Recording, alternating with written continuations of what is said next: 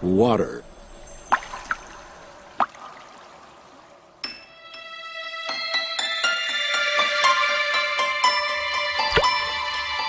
Water, the most common substance on Earth.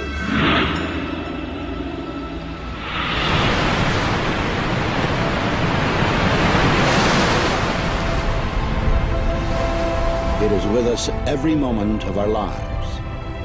But do we know the secrets of this amazing element? Where did it come from? Who bestowed water on our planet, and why? The only such planet in the universe. Perhaps only water itself knows the answers to these questions. There is just as much water on Earth today as there was when everything began, when the world was born and acquired the shape and sensations we know so well.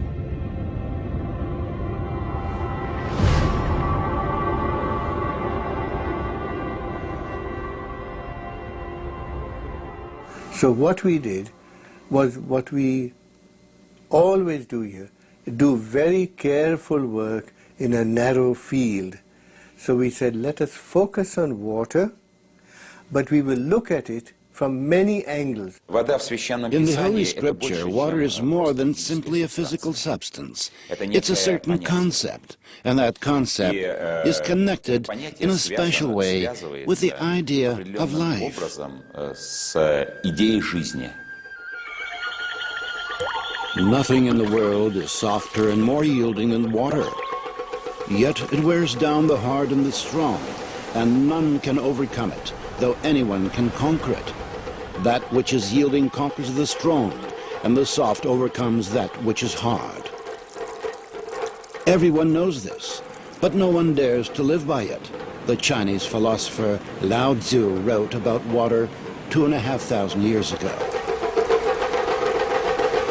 I mean, water as such has been extensively studied.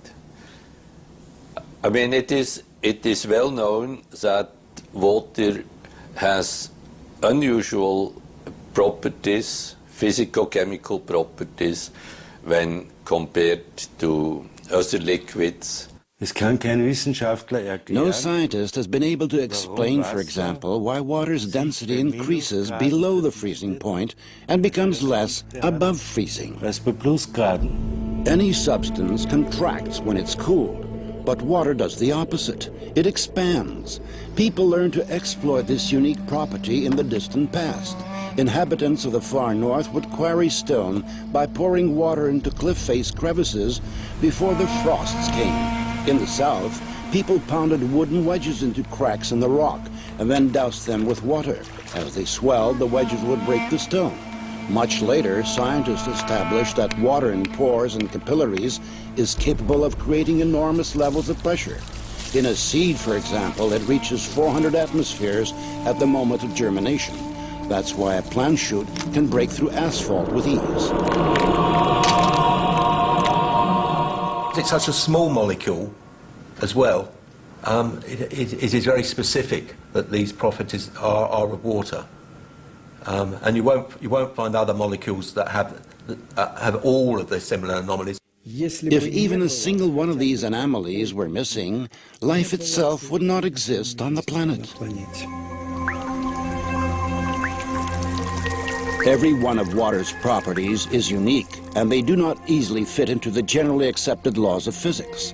Science has not yet been able to answer the question of why water is the only substance on the planet that can exist in three states: liquid, solid, and gaseous. Why does water have the highest surface tension of all liquids? Why is it the most powerful solvent on Earth? And how, in defiance of the Earth's gravity, is water able to rise through the trunks of gigantic trees against tens of atmospheres of pressure?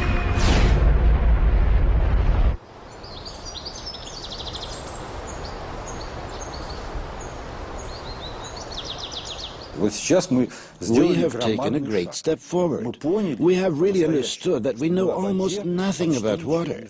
Therefore, it is a great step because this realization is followed by the desire to find something out.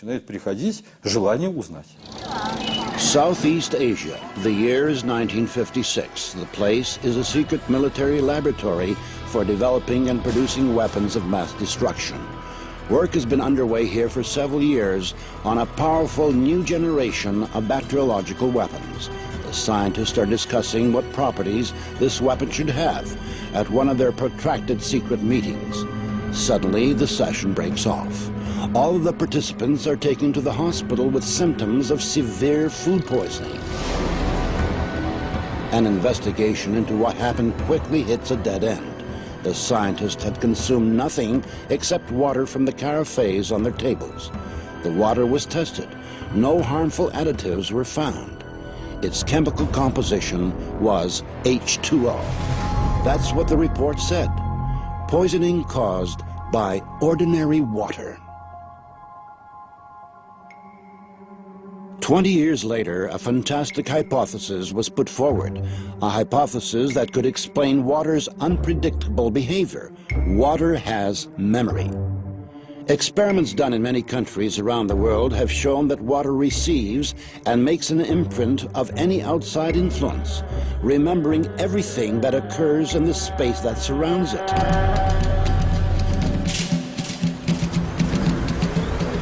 Any substance coming into contact with water leaves a trace in the water.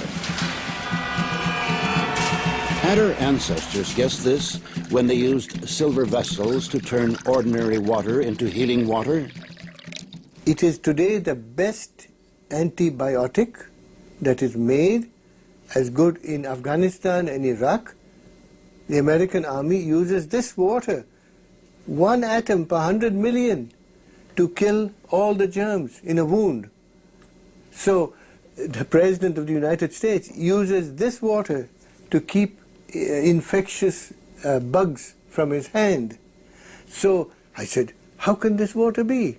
As it records information, water acquires new properties, yet its chemical composition remains unchanged. So their theory was the chemical composition of the water is important. Now the sensational news is that that is nonsense. The structure of water is much more important than the chemical composition.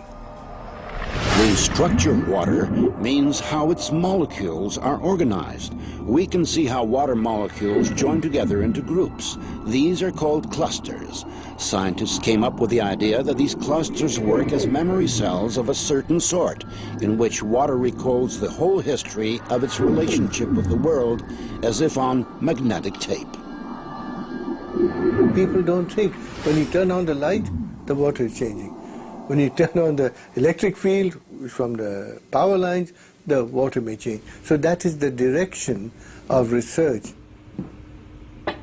Water, of course, remains water, but its structure, like a nervous system, reacts to any irritation. Modern instruments have made it possible to record the fact that within each of water's memory cells, there are 440,000 information panels, each of which is responsible for its own type of interaction with the environment.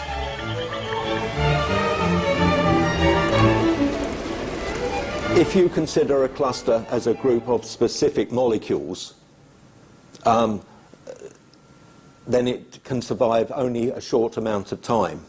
But if you consider it as a structure whereby molecules can leave and other molecules come in, the cluster can last effectively for a very long time. The stability of the cluster structures confirmed the hypothesis that water is capable of recording and storing information. It may be the single most malleable computer, which can, it's like a computer memory. It's the memory of information. We must know how it is arranged. It is like the alphabet. If I give you the alphabet, you don't know a word, you don't know a letter, you don't know a sentence. So the molecular structure is the alphabet of water. And you must make a sentence out of water, and you can change the sentence.